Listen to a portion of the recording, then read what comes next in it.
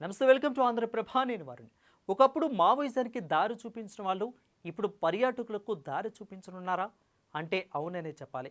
తెలంగాణలో ఇటీవల లొంగిపోయిన మావోయిస్టులు ఇకపై టూరిస్ట్ గైడ్లుగా పనిచేయనున్నారు. ఈ మేరకు సీఎం రేవంత్ రెడ్డి వారికి నియామక పత్రాలను కూడా అందజేశారు. ఆ పూర్తి వివరాలేంటో ఇప్పుడు చూద్దాం.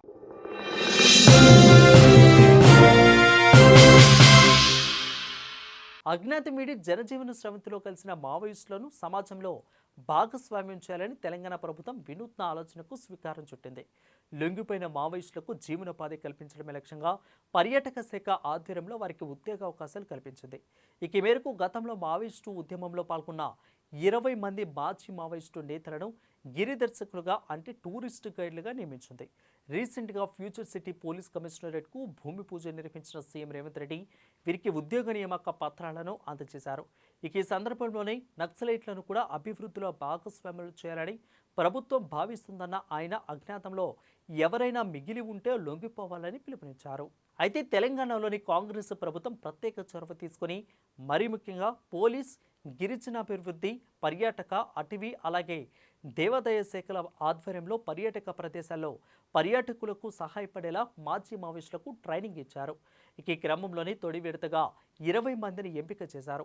వీరంతా గిరిదర్శకులుగా భద్రాద్రి కొత్తగూడెం, ములుగు జిల్లాలోని ప్రధాన పర్యాటక ప్రాంతాల్లో పర్యాటకులకు సహాయంగా పనిచేస్తారు. టూరిస్టులకు స్థానిక సంస్కృతి, చరిత్రను వివరించడంతో పాటు అటవీ నియామకాలను పాటించాలని సూచిస్తున్నారు. అలాగే పర్యాటకులకు అవసరమైన భద్రతను కల్పించడంలో ఈ గిరిదర్శకులు సహాయంగా నిలుస్తారు. కాగా గిరిజన యువతను సమాజంలో భాగస్వామ్యం చేయడమే దీని వెనుకున్న ప్రధాన ఉద్దేశం. వారిలో మనోధైర్యం కల్పించాలన్న సంకల్పంతో సమగ్ర పర్యాటక అభివృద్ధి కార్యక్రమంలో పాలుపంచుకునేలా చేస్తుంది. ఈ క్రమంలోనే గతంలో తీవ్రవాద ప్రభావం ఉన్న ములుగు, భద్రాద్రి కొత్తగూడెం జిల్లాల్లో ప్రస్తుతం అభివృద్ధి కార్యక్రమాలు జరుగుతుండగా వారిని ఆ ప్రాంతంలో నియమించారు. ఇది ఈ గిరిదర్శకులు ప్రత్యేక యూనిఫామ్లో విధులు నిర్వహిస్తారు. ఒకప్పుడు మావోయిజానికి దారి చూపిన వాళ్ళు ఇక నుంచి పర్యాటకులకు దారి చూపిస్తారన్నమాట. ఇక గిరిదర్శకులుగా ఎంపిక చేసిన వారికి యంగ్ ఇండియా స్కిల్స్ యూనివర్సిటీలో సుమారు 6 నెలల పాటు సాఫ్ట్ స్కిల్స్లో శిక్షణ ఇప్పించాలని సీఎం రేవంత్ రెడ్డి సూచనలు ఇచ్చారు. సాఫ్ట్ స్కిల్స్లో పాటు ఇక వివిధ అంశాలపై ట్రైనింగ్ ఇవ్వాలని, ఆ టైంలో వారికి స్కాలర్షిప్లు అందించాలని ఆదేశాలు జారీ చేశారు. ఈ సందర్భంలోనే అజ్ఞాతంలో ఉన్న మావోయిస్టు అగ్రనేత గణపతి లొంగిపోయి జనజీవన స్రవంతిలోకి కలవాలని అన్నారు. గణపతి ఆరోగ్యం సరిగా లేదని సమాచారం ఉందన్న సీఎం రేవంత్ రెడ్డి లొంగిపోతే వారికి అవసరమైన వైద్యం అందిస్తామని అన్నారు. అవసరమైన భద్రత కల్పిస్తామని హామీ కూడా ఇచ్చారు. అలాగే అజ్ఞాతంలో ఇంకా ఎవరైనా మావోయిస్టులు ఉంటే లొంగిపోవాలని సూచించారు. సరెండర్ అయిన వారిని ఆర్థికంగా ఆదుకుంటామని భరోసా కల్పించారు.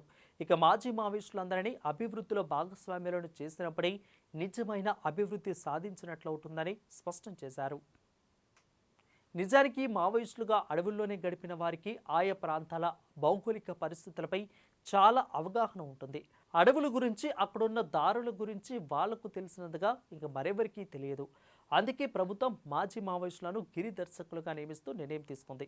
దీంతో వాళ్లకు సమాజంలోనే మంచి గుర్తింపు దక్కడమే కాదు, ఉపాధి కూడా లభిస్తుంది. అటు పర్యాటకులకు కూడా అటవీ ప్రాంతాల గురించి లోతైన సమాచారం అందుతుంది. మొత్తంగా ప్రభుత్వం తీసుకున్న ఈ నిర్ణయం మాజీ మావోయిస్టుల పునరావాసంలో సరికొత్త అడుగులుగా నిలుస్తుందని చెప్పవచ్చు. మొత్తంగా ప్రభుత్వం తీసుకున్న ఈ నిర్ణయం మాజీ మావోయిస్టుల పునరావాసంలో సరికొత్త అడుగుగా నిలుస్తుందని చెప్పొచ్చు.